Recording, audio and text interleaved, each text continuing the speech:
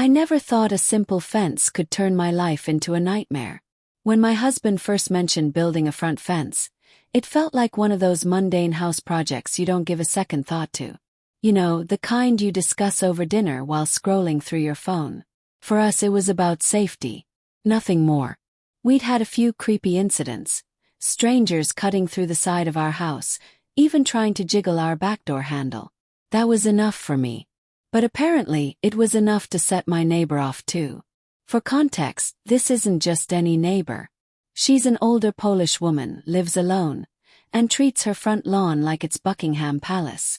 I'm talking about picking up leaves as they fall, even in the middle of a rainstorm. Her grass is her kingdom. We always got along fine though. Wave good morning, small talk about the weather, normal neighbor stuff. She already had a fence, but here's the kicker. She didn't run it along her entire property line. For some reason, she left the whole right side of her house open. She fenced the backyard but stopped at the front, which meant she always used our side walkway to access that part of her house. Quietly, repeatedly, like it was nothing. We didn't mind at first. It wasn't a big deal. But when people started using that same open space to sneak onto our property, it became a problem. So my husband decided, time to put up a fence. Funny thing is, she even recommended her fence guy to us. That's how chill things were, or so we thought. When she followed up, asking if my husband had called her guy, he casually mentioned, "Yeah, I also asked him to quote for the front fence while he's at it." That's when the first crack appeared. Her smile vanished. Just like that. No warning. Like a switch flipped. She didn't yell right away, but you could feel the air change. Cold. She didn't say much after that, but her eyes said it all. This is going to be a problem. We brushed it off. Until the calls started. First, she called the alderman, accusing us of stealing her land. Just straight up lying. Saying we were building on her property, taking what wasn't ours. The alderman came out, checked the property lines, looked over our paperwork, and guess what? He sided with us. Politely told her she was wrong. But that didn't stop her. The real issue, we realized, was that she still wanted access to the side of her house, through our walkway. With a fence, she wouldn't be able to just stroll in anymore. We even offered her a key. A literal key to the gate. She refused. Said no in a tone that made it clear. This wasn't about convenience. It was about control. After she accused us of stealing her land, the trust was gone. We didn't feel comfortable with her coming and going through our property. But she didn't care. One day we caught her handyman installing a security camera on our side of the property. Without asking. When I asked him to tell her she needed to ask for permission before stepping onto our property, he looked genuinely embarrassed. Said he'd pass the message along. But the damage was done. The camera wasn't for her safety. It was to spy on us. To see if we were daring enough to build that fence. Then came Saturday. The day the workers arrived to start the job. That's when she lost it for real. She came out of her house like a storm, marching up to the workers, telling them to stop, accusing them of trespassing, claiming we were stealing her land. She threatened to report them to the city, to call inspectors to get them fined. My husband had to stay outside the entire time to prevent her from interfering. But the moment he stepped inside, she was back at it, harassing the workers, yelling at them, accusing, threatening. And then she called the police. No joke, 4 squad cars pulled up. We didn't even know what she told them, but clearly it wasn't the truth. Because after explaining the situation, showing them our permits and property lines, the police sided with us. They told her to go back inside and leave us alone. You'd think that would be the end of it. You'd be wrong. The next day, Sunday, she started pacing back and forth along our property line, staring at the newly installed fence posts like they had personally offended her. We caught her on camera pacing our backyard too, just standing there, glaring at the posts. Over and over. It was unsettling. Then came Monday. She was back at it, but this time she pulled in a new player. A realtor friend. She flagged him down, walked him to our house, and had him inspecting our fence posts. Another accusation. Another claim that we were on her property. My husband confronted him calmly, asked who he was and why he was looking at our posts. The man admitted he was a realtor, a friend of hers, and she had called him, insisting we were encroaching on her land. He seemed reasonable, listened to us, looked over our documents, and eventually agreed with us. He even tried to mediate, suggesting she could extend her fence if she felt blocked out. But of course she said no. No. No. She kept repeating like a broken record, refusing any solution that didn't involve us backing down. Which we weren't going to do. So we made sure everything was recorded, every word, every interaction. Tuesday came and she was back at it, pacing, staring, stopping random neighbors on the street to complain about us. People she never even spoke to before. Telling anyone who would listen that we were bad people, thieves, liars. All because of a fence. At that point it wasn't about property lines. It wasn't even about access. It was personal, malicious. Out of curiosity, I called the police to find out exactly what she accused us of when she called them on Saturday. They said she alleged we were encroaching on her property and blocking her egress. Her claims were noted as false. Yet she kept going. And here we are now. A simple fence turned into a war zone. A neighborly relationship shattered because someone couldn't accept losing control over something that was never hers to begin with. This was just the beginning. After the police left that day, we hoped maybe, just maybe, she'd get the message. That this wasn't some misunderstanding. That she was wrong. But people like her, they don't back down. Not when they feel like they're losing. The next morning, I opened the blinds and there she was. Standing on her porch. Not doing anything. Just standing. Staring. Watching our house like a hawk. I didn't say anything. What was there to say? We had cameras installed now, every angle of our property covered. If she tried anything, we'd have proof. But it was the way she stood there, still as a statue, that got under my skin. Like she was waiting. For what, I didn't know. But it didn't feel good. Around noon she switched tactics. She started doing little things. Passive-aggressive things. Sweeping the sidewalk aggressively right next to our fence. Turning her leaf blower on full blast. Aiming it directly at our front steps. Once, I swear she blew dirt and leaves onto our porch on purpose. When I caught her eye through the window, she didn't flinch. Just kept going like nothing happened. My husband kept telling me, ignore her. She's trying to get a reaction. And he was right. But ignoring someone who is constantly pushing boundaries. Easier said than done. Then came the flyers. One afternoon, I noticed small papers tucked under windshield wipers of cars parked on our street. I didn't think much of it until I saw her walking up to another car, sliding a flyer under the wiper. Curiosity got the better of me. After she went inside, I walked out and grabbed one. It was a printout. Cheap paper. Blurry font. But the message was crystal clear. Beware of thieves. My neighbors at our address are stealing land. They are blocking emergency access. They are bad people. This is a public safety issue. My stomach dropped. She was going door to door, handing these out. To strangers. Neighbors we barely knew. Painting us as criminals over a fence built on our property. That night I broke down. It wasn't just about the fence anymore. It was about being slandered in my own neighborhood. Feeling unsafe in my own home. Every glance from a passerby felt like a judgment. I kept thinking, what if someone believes her? What if they think we're the problem? We thought about legal action. Cease and desist. Defamation.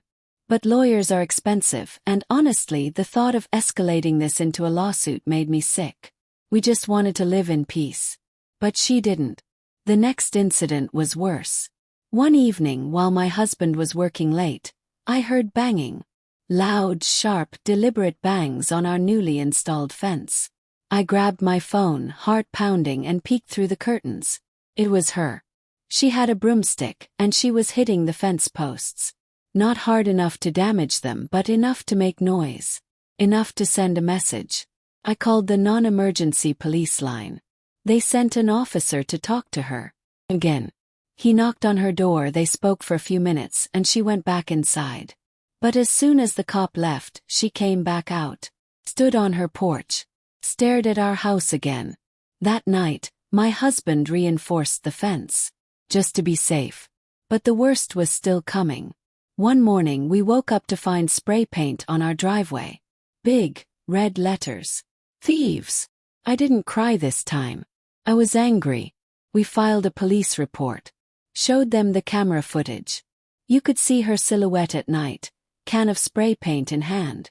Clear as day. The police took it seriously this time. Vandalism is harder to brush off than false accusations. But still she stayed. Same house. Same routine. Pacing. Daring. Spreading lies to anyone who'd listen. One of the hardest things was seeing how some neighbors reacted. Most were supportive. Some even apologized for her behavior. But there were a few who looked at us differently now. Kept their distance. Whispered when we passed by. It's funny how fast your reputation can be tainted. One persistent liar with too much time and no shame. That's all it takes. We considered selling the house. Moving away. But why should we be the ones to leave? We weren't the problem. The final straw came on a Sunday. We were having friends over for a barbecue. Trying to reclaim some normalcy. Laughing, grilling, just enjoying the day. Then she appeared. Not at her usual spot on the porch. This time she was by the fence, holding her phone up, recording us. Not discreetly. Not subtly. Just blatantly recording everything we did. My husband calmly walked over and asked her to stop. She refused. Said she was gathering evidence. Of what? Us having a barbecue. Being normal people. Our friends were stunned. Some tried to laugh it off, but you could see the discomfort. Who wants to be recorded by a hostile neighbor during a casual get-together? We called the police again. They told her to stop recording us through the fence, that it was harassment. She argued. Course she did. But eventually she retreated back to her porch. That was the moment we decided. Enough is enough. We contacted a lawyer the next day. This time it was serious. We documented everything. Dates, videos, flyers, spray paint, police reports. The lawyer sent her a cease and desist letter. Explained that if her harassment continued, we'd pursue further legal action, including a restraining order. And you know what? It worked. Not immediately, but gradually. She stopped the pacing, the staring. The flyers disappeared. She still existed, of course. Still lived next door. But she kept to herself more. It was like she realized the line had been crossed. Maybe not because of guilt, but because of consequences.